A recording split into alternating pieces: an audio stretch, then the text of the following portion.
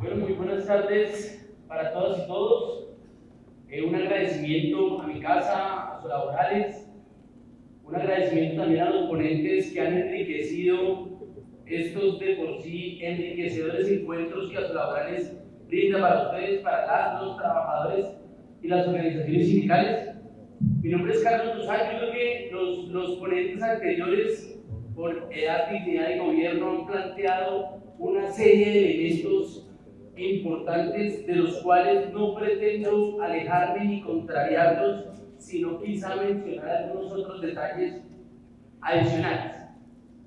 Diría yo que aquí estamos en un debate en el que le pido a usted que juzgue, hágase su propia opinión sobre si la regulación liberal burguesa de un derecho de origen político es un acierto que sea regulada o no.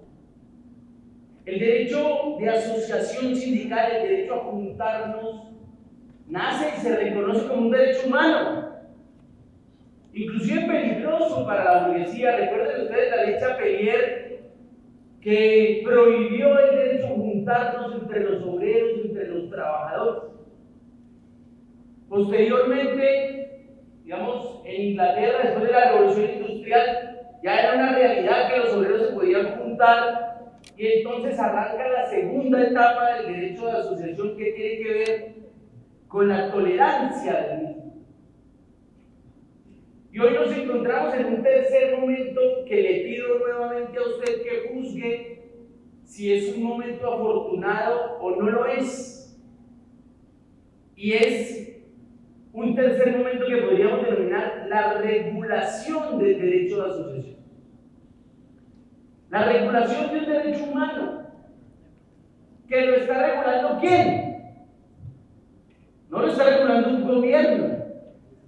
Lo está regulando un Estado que sigue teniendo unas características antiobreras. Porque era imposible pensar que la buena voluntad de este gobierno pretendiera resolver problemas históricos del Estado y además del movimiento sindical. La crisis, yo coincido y comúnmente cito al maestro Jairo Villegas respecto del concepto del canibalismo sindical. Pero es que el canibalismo sindical no es culpa exclusiva de las organizaciones sindicales. Cuando hablamos del derecho de asociación, es pertinente condenar una y mil veces la política del Estado colombiano en contra del movimiento sindical. Así que no solamente es atribuible a la falta de capacidad organizativa y a la falta de capacidad política de las organizaciones sindicales, sino que han tenido que enfrentarse contra un monstruo de Estado que se negó incluso a reconocer la existencia de la carrera administrativa, que no nace gracias al Espíritu Santo. La carrera administrativa es una conquista de los trabajadores que tuvieron que incluso tomarse el Ministerio del Trabajo para que se reconociera el concepto público, que también hay que decirlo, falta mucho por desarrollar. Las y los trabajadores y los sindicatos se enfrentan contra un Estado hoy que sigue aplicando la Constitución de 1886, un Estado en el que considera que los trabajadores son siervos, le deben jerarquía, le deben devoción al Estado. El Estado hoy sigue siendo, o se sigue creyendo mejor, incuestionable, y ese es el Estado que hoy limita y restringe, o mejor digámoslo en palabras más técnicas y menos políticas, regula el derecho de asociación. No sé, esa es una consideración suya sobre si la regulación de este derecho fue afortunada o fue desafortunada para los trabajadores. Pero resulta que hoy la clase obrera tiene un instrumento que es el derecho de asociación.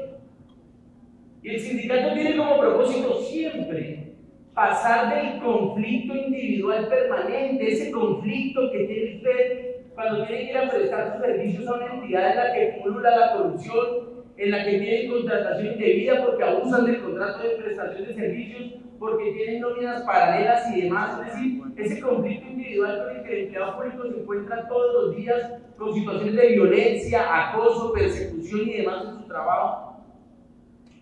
Ese conflicto individual permanente del sindicato tiene la fortuna de volverlo un conflicto colectivo excepcional, que ahora resulta que los empleados públicos solo pueden presentar o crear conflicto dentro del primer trimestre de cada año. Sin duda, el 243 nos pone una discusión bastante interesante sobre el concepto del pluralismo sindical o la coexistencia de múltiples mini organizaciones sindicales, y en eso no voy a hacer énfasis porque suscribo plenamente lo expuesto por el doctor Villegas. Pero la gran pregunta que suelo hacerme cuando me encuentro con compañeros y compañeras empleados públicos es: ¿la pluralidad sindical genera desequilibrio? ¿Cuál es la ventaja de la pluralidad sindical?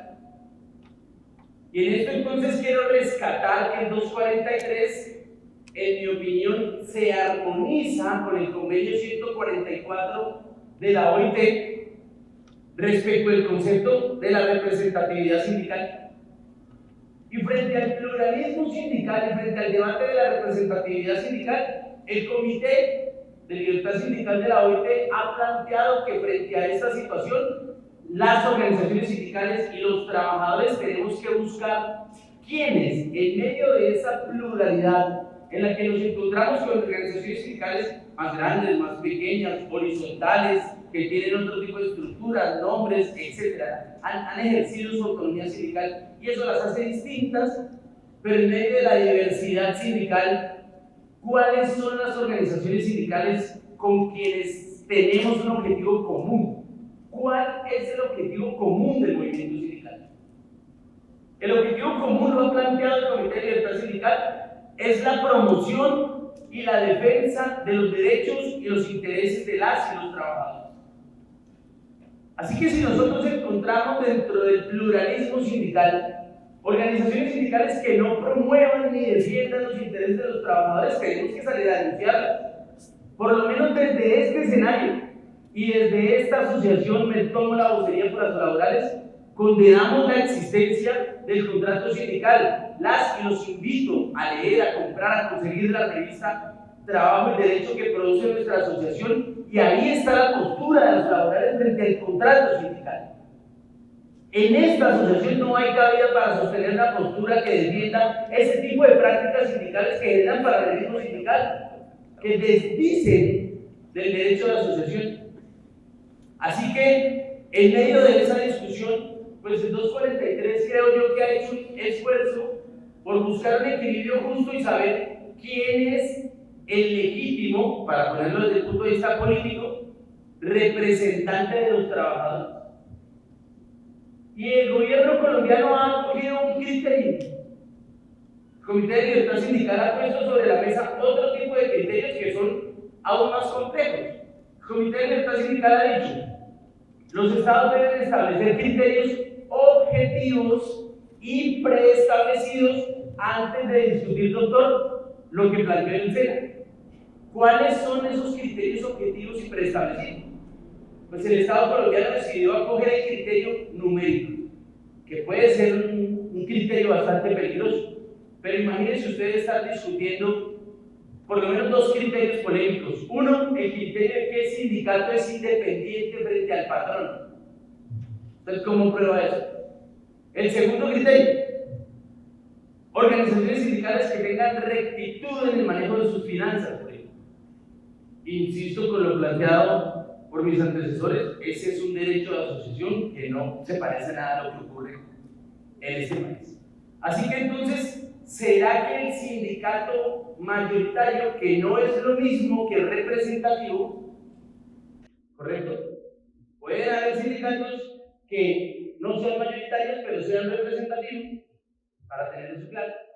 Pero ¿será que ese tipo de organizaciones cuentan con mayor respaldo? ¿O no son entonces las organizaciones sindicales organizaciones de masas? Ese es el objetivo. Hacia allá apunta el 243. Yo siento un tufillo organizativo, un llamado de atención a que dejemos de andar pensando en que la autonomía sindical es para salir corriendo a crear federaciones, confederaciones y sindicatos, y por el contrario, busquemos entre las organizaciones sindicales que nos acompañan con cuáles tenemos el objetivo común para hacer de este país un país que dejó atrás el tableteo de las ametralladoras y se propone firmemente construir la paz con justicia social también con derechos de trabajo. Muchas gracias.